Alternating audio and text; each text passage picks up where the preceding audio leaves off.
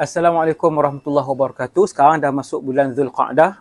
Semua yang berkemampuan untuk melaksanakan korban, saya cadangkan Yayasan Amal Malaysia. Antara kelebihan bersama dengan mereka diyakini insya-Allah, pasukan Yayasan Amal juga menguruskan korban sampai di luar negara. Mereka sendiri turun ke kampung-kampung, urus sampai sembelih dan selesai. Yang kedua, baki daripada duit korban itu juga bukan dimasukkan sebagai keuntungan kepada yayasan, tetapi digunakan untuk program kebajikan lain di negara itu dan di negara-negara lain seperti majlis khatan, sumbangan back to school, kampit beras di negara yang kita buat korban tersebut.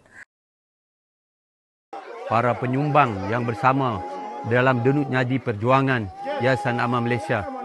Inilah hasil daripada sebahagian sumbangan tuan-tuan dan perempuan dalam program korban dan akikah yang telah dianjurkan oleh Yayasan Amal Malaysia tahun yang ke-16 pada tahun ini. Kita selain daripada ibadat korban, kita juga mengadakan program-program kebajikan seperti yang tuan-tuan sedang saksikan pada hari ini. Program kita hari ini ialah program Health Aid Project in Nigeria 2024. Tuan-tuan tengok di bawah tu. Ni ubat-ubat ni tuan-tuan, bukan duit Yayasan Amal. Duit lebihan sumbangan ibadat korban yang tuan-tuan telah berikan kepercayaan kepada kami. Kelebihan kita di Yayasan Amal adalah kita gunakan lebihan itu antaranya untuk sumbangan kepada masyarakat tempatan yang sangat memerlukan. Ayo bersama dengan Yayasan Amal Malaysia untuk program korban dan akikah pada tahun-tahun akan datang.